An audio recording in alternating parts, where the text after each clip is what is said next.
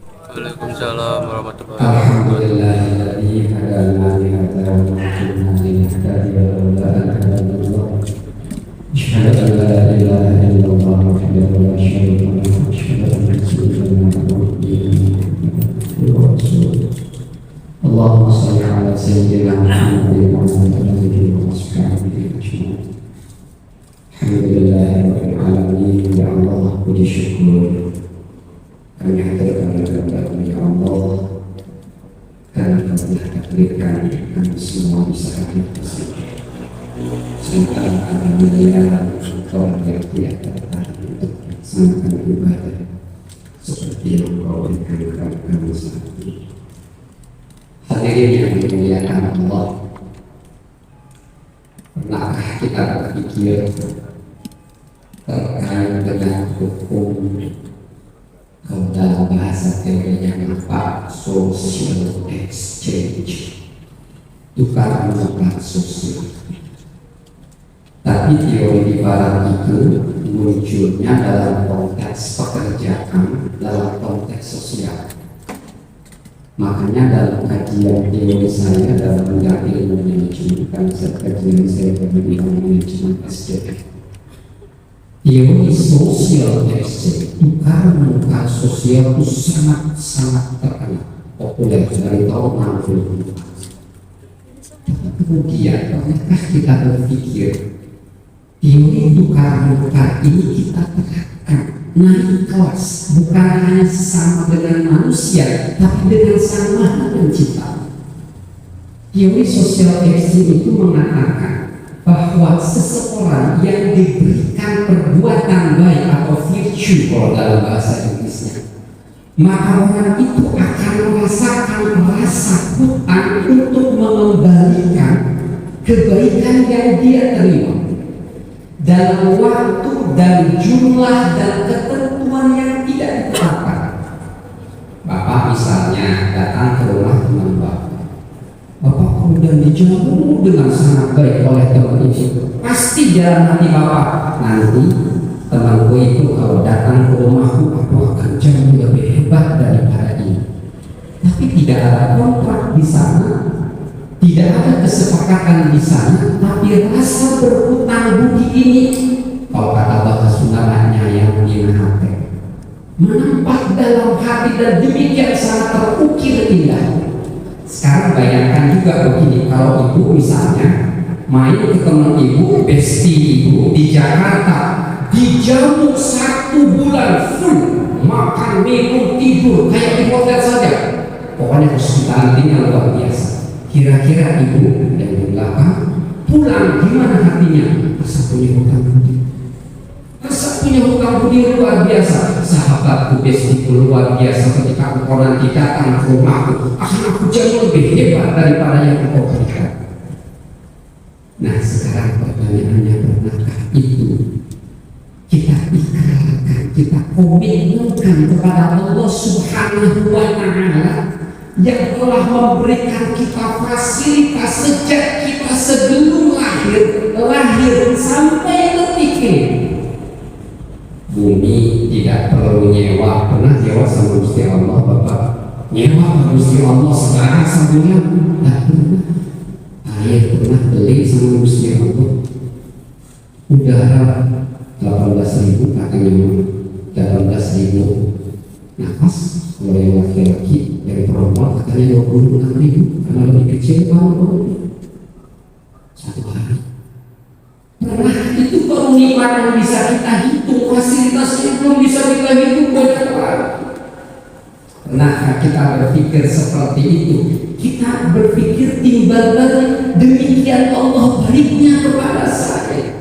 Apa yang sudah saya berikan kepada Allah? Bukan berarti Allah butuh, sama sekali Allah tidak butuh. Karena ada dalam hadis qudsi mengatakan, kalau dari zaman Adam sampai nanti hari kiamat, semua manusia dan jin tidak ada satupun yang beriman, tidak akan sedikit pun mengurangi kekuasaan Allah. Bukan berarti butuh, tapi rendah pikiran, wajib hanya tak timbal baliknya kita diberikan kebaikan, fasilitas yang demikian sangat luas oleh Gusti Allah. Belum lagi kalau atau nikmat yang paling hebat yang diberikan Allah kepada kita? Ada nggak yang bisa jawab? Kalau mahasiswa ada yang bisa jawab? Apa nikmat fasilitas yang paling hebat? Ya itu mahal dan luar biasa. Ada yang bisa jawab Pak? Nikmat iman. Pernah Bapak Ibu minta iman?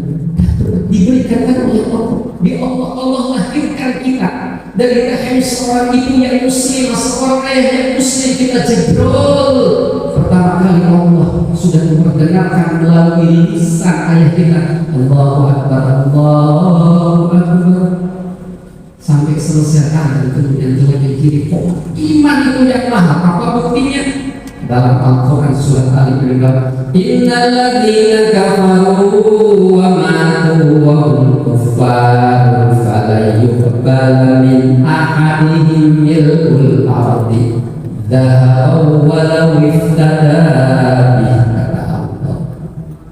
Sesungguhnya orang-orang yang kafir itikadi keyakinan, dia tidak percaya kepada Allah, wa matu, dan dia meninggal wa hum kufar, dalam keadaan dia kafir, falan yuqbala, maka tidak akan pernah diterima min ahadihim, dari satu orang pun di antara orang kafir, apa? Milkul ardi dhahaban walau iftada bi, sepenuh bumi yang berubah menjadi emas semuanya. Dan orang kafir itu ingin menembus keimanan yang dia tidak mau terima, yang dia tidak mau ambil selama hidupnya. Di akhirat dia mau tebus dengan sejumlah emas seluruh bumi, dari kutub utara sampai kutub selatan, dari Jepang sampai Amerika, katanya jadi emas semuanya. Jadi bapak-bapak jadi emas, ibu jadi emas, ini jadi emas semuanya itu. Karena Allah tidak akan seimbang untuk membeli satu keimanan yang sudah ditinggalkan oleh orang-orang kafir. Bapak Ibu punya nggak iman? Alhamdulillah. Itu yang paling harus kita syukuri. Karena itu modal kuat kita. Dengan iman kita tahu kuncinya surga. Miftahul jannah la ilaha illallah,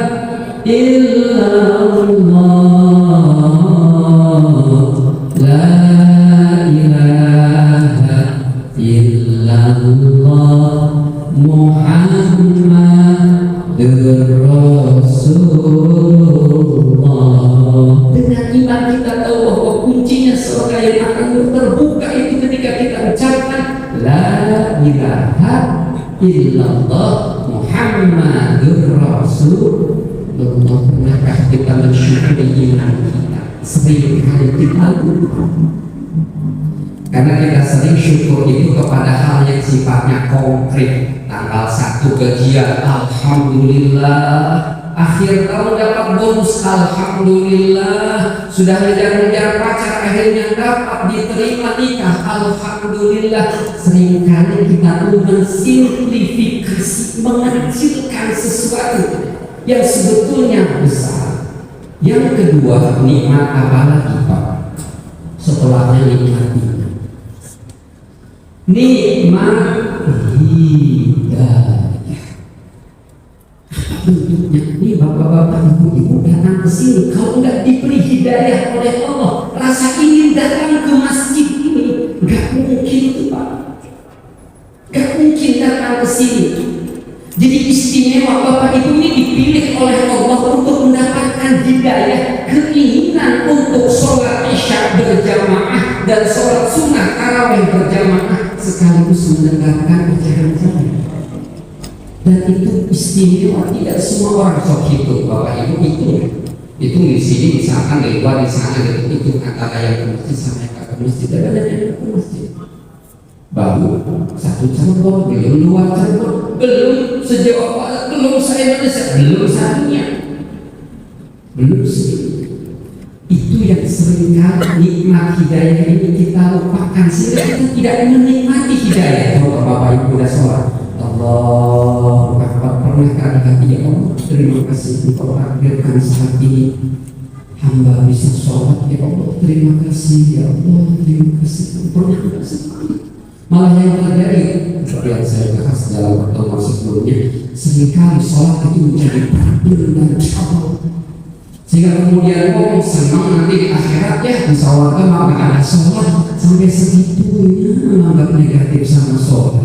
Emangnya mau di surga mau ngapain? Cuma nolongin bidadari doang. Sampai seperti itu, saking menganggap ibadah menjadi problem.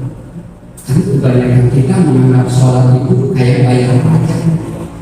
Kok ini bapak kata bayar pajak SNK, balik terus. Ini bukan pajak, kalau bayar SNK, polisi bisa bayar pajak kamu. Senangnya itu karena nanti terbebas dari cegatan polisi. Saya mau melihatnya seperti itu. Habis sholat ya, alhamdulillah sebelum sholat oleh sebelum anak-anak dulu gak dimasukkan ke neraka. Tidak bersyukur ya Allah, terima kasih ya Allah telah Engkau berikan sholat. Coba lakukan syukur itu dari saat ini. Janji Allah akan semakin kita merasakan nikmatnya sholat. Karena setiap sholat kita syukur, setiap sholat kita syukur, setiap sholat kita syukur. Ketika kita tidak khusyuk, habis sholat kata Allah, sholat pun gak khusyuk, gak apa-apa lah ya Allah, yang penting hamba terima kasih aja udah dikasih sholat juga udah terima kasih. Engkau lama-lama belum harus kepada hamba. Silakan Bapak Ibu lakukan itu sebagai oleh pertemuan dengan saya saat ini.